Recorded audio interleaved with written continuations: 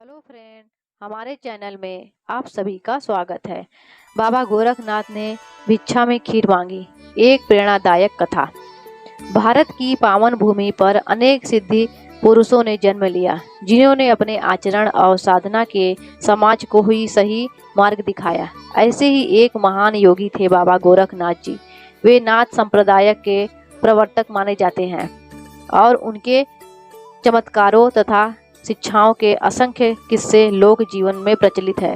उनमें से एक अत्यंत प्रसिद्ध कथा है, जब बाबा गोरखनाथ ने भिक्षा में केवल खीर मांगी। कहते हैं कि एक समय बाबा गोरखनाथ देश भर में भ्रमण करते हुए साधना और लोक कल्याण का कार्य कर रहे थे। वे अपने शिष्यों के साथ एक गांव में पहुंचे। गांव में अकाल पड़ा था, खेत सूखे चुके थे, तालाबों में पानी नहीं था और लोग भूख से परेशान थे। पूरा वातावरण निराशा और विषाद से भरा हुआ था। गांव वालों ने बाबा से विनती की, हे बाबा, हमारी दशा दयनीय है, कृपया कुछ ऐसा कीजिए जिससे हमारा संकट दूर हो जाए। बाबा गोरखनाथ ने देखा कि लोगों के चेहरों पर आशा की एक किरण थी, परंतु भीतर से वे साहस खो चुके थे। उन्होंने गांव वालों की परीक्षा लेने और उनके आत्मबल जगाने का निश्चय किया। बाबा गोरखनाथ ने मुस्कुराते हुए कहा, अगर तुम चाहते हो कि यह संकट समाप्त हो जाए तो पहले मुझे भिक्षा में खीर चाहिए। गांव वाले चकित हो गए। खीर? इस समय जब अन्न का एक दाना भी मिलना कठिन है, तब खीर कैसे बन सकती है? कुछ वृद्ध बोले, बाबा जी, हमारे घरों में तो चूल्हा भी नहीं जल रहा है, दूध चावल घी इन सब का तो नामो निशान भी नहीं है, हम खीर कहाँ से लाए? लेकिन बाबा गोरखनाथ ने कहा, यत्न करो, जहाँ चाह वहाँ राह।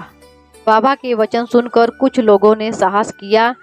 एक स्त्री ने अपने घर में बचे हुए चावल के कुछ दाने खोज निकाले। किसी और ने गाय का बचा खुचा थोड़ा दूध इकट्ठा किया। कोई घी का एक चम्मच ले आया तो किसी ने गुड़ के कुछ टुकड़े जुटाए। थोड़ी थोड़ी सामग्री मिलाकर गांव वालों ने एक छोटी सी खीर बना डाली। वे खीर लेकर बाबा के पास पहुँचे। बाबा गोरखनाथ ने प्रसन्न होकर वह खीर स्वीकार की और सबको आशीर्वाद दिया। उन्होंने खीर का एक चम्मच अपने हाथ से ले लिया और आकाश में उछाल दिया। कहते हैं जैसे ही खीर के छींटे गिरे, वैसा चमत्कार हुआ जिसे देखकर सब चकित रह गए। आकाश में बादल घिर आए, गरज के साथ जोरदार वर्षा हुई, सूखे खेत हरियाली से लहरा उठे, तालाब और कुएं पानी से भर गए। गांव में फिर से जीवन का संचार हो गया। लोग बाबा गोरखनाथ के चरणों में गिर पड़े और उन्हें धन्यवाद देने लगे। बाबा ने कहा, संकट जब भी आए, धैर्य और एकता से काम लो। छोटे छोटे प्रयास भी मिलकर बड़ा परिवर्तन ला सकते हैं। इस कथा के माध्यम से बाबा गोरखनाथ हमें गहरा संदेश देते हैं। साधनों की कमी हो तो भी अगर मन में संकल्प है तो रास्ता निकल आता है। छोटे छोटे योगदान मिलकर बड़े कार्य संभव हो सकते हैं। सच्ची भक्ति और समर्पण से असंभव भी संभव हो सकता है। ईश्वर को पाने के लिए दिखावा नहीं, बल्कि सच्चे मन से प्रयास करना चाहिए। भिक्षा में मांगी गई खीर वास्तव में गांव वालों की श्रद्धा, समर्पण और प्रयास की परीक्षा थी।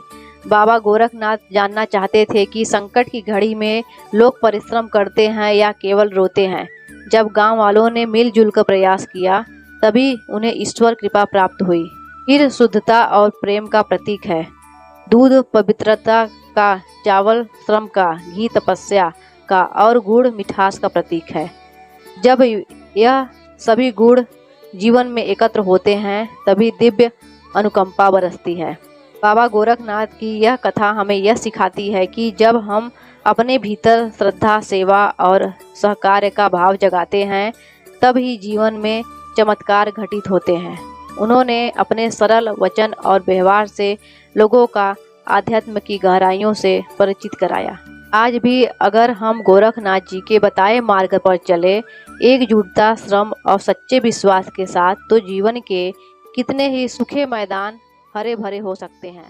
जय बाबा गोरखनाथ जी।